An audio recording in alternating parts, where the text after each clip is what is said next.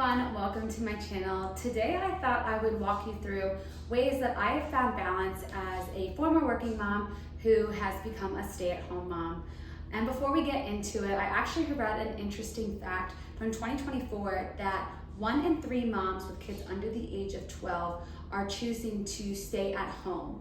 So that's crazy to me because that means that 33% of moms with young kids are leaving the salary to join us in the thankless and irreplaceable job of a stay-at-home mom. It also encourages me that there are other women out there who are going through that transition, and I'm not alone in figuring out the best way to manage life at home. I also thought I would take you through kind of my meal plan with my family of 5, including 2 adults and 3 littles under the age of 3. After all, what better way to talk about balance than through nutrition and a balanced diet?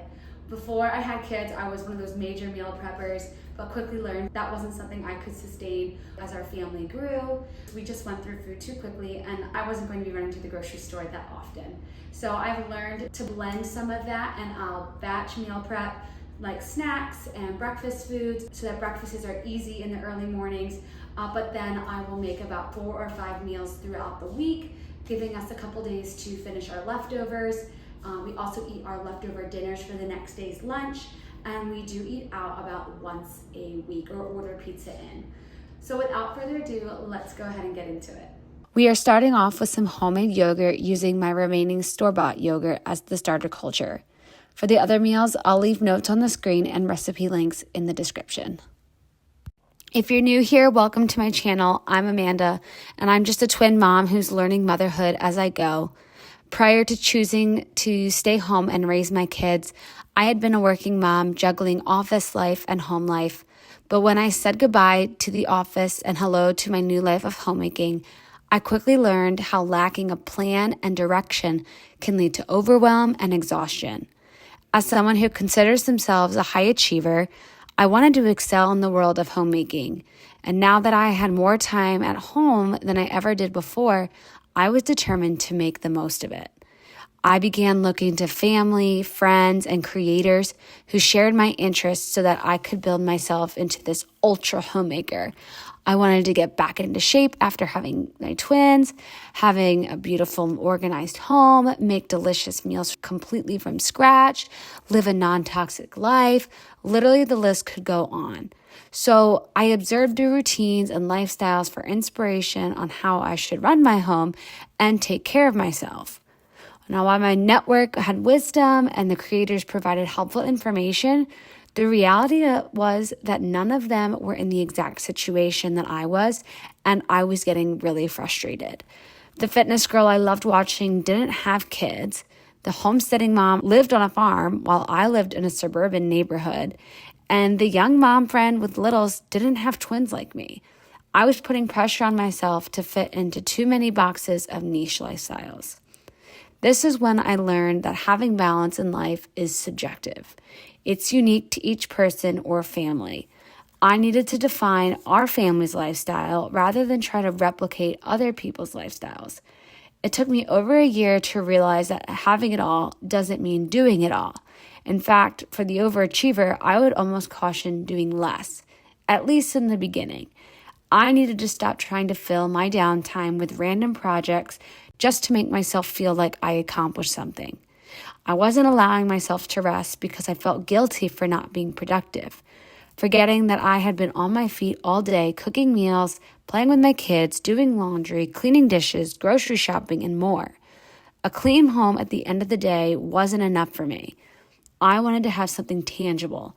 I wanted my to-do list to be gone, which left me feeling defeated because we all know the to-do list is never truly done. In fact, I think there are 2 key lessons I learned when it comes to working in the home or in life in general. 1, the to-do list will never go away. And even if we do everything on it, we will find a way to fill it back up again. And number 2, burnout or stress is inevitable. We will never find the perfect routine to avoid these feelings. However, we can create systems to manage the times we feel them. So once I accepted these 2 truths, I could finally give myself grace. I was trying to reach a goal that was never going to exist. Instead of striving for perfection in the lifestyle goals I wanted to achieve, I started following a new rule, the 85% rule. This means that if there's an ideal way of living, I can feel at peace if life is about 85% of the ideal.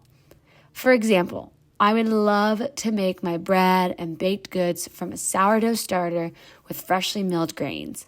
However, due to the time and financial resources, that's just not feasible for my current stage of life. Instead, I've learned to be okay with using yeast and store-bought flour. Is it ideal? No, but it's better than buying store-bought bread in my opinion. You'll see the 85% rule in action in my meal plan this week. My meals are made up of about 85% whole foods, if not more if it's a good day. I try to cook simple from-scratch meals as often as I can, and because of that, I don't feel guilty when I eat out for a date night or when we get treats with our kids loaded with processed sugars on special occasions. The 85% rule reminds me that I don't need to be perfect, and it solved my issue of trying to do the most while at home. The other issue that kept me out of balance was the inconsistent way I ran my home. I had my lifestyle defined and my priorities outlined, but now I needed to make sure I was going to follow through on them. The best way for me to resolve this issue was to create systems at home that put the daily mundane tasks on autopilot.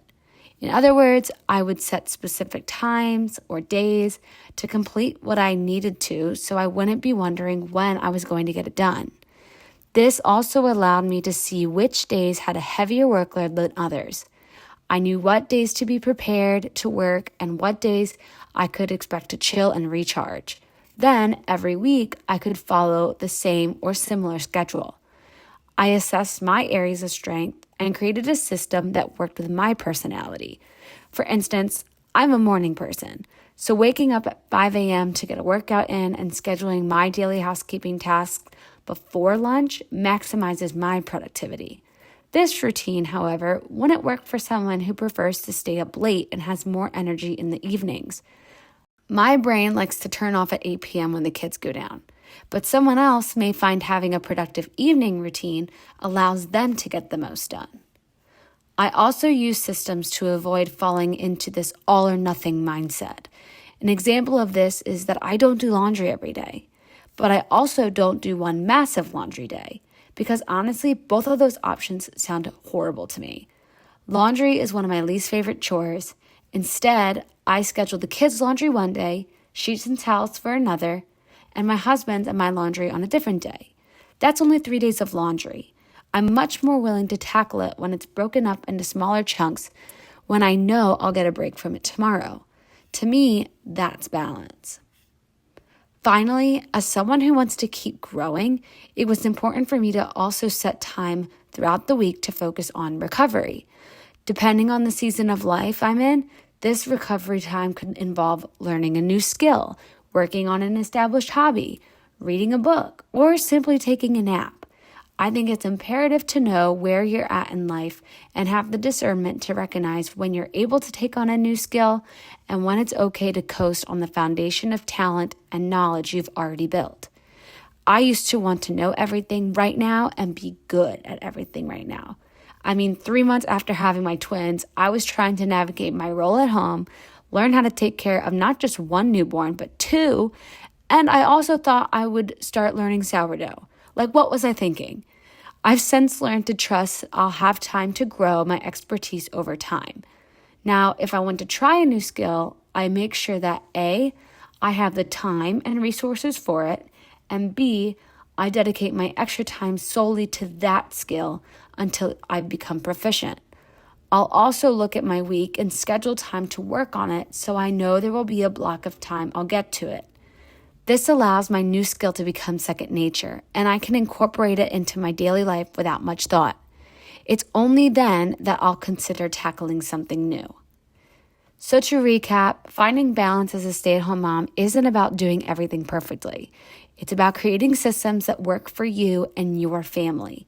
Whether it's managing your to-do list, embracing the 85% rule, or carving out time to refill your own cup, The key is not to compare the routines that work for you to the routines that work for someone else in a different phase of life.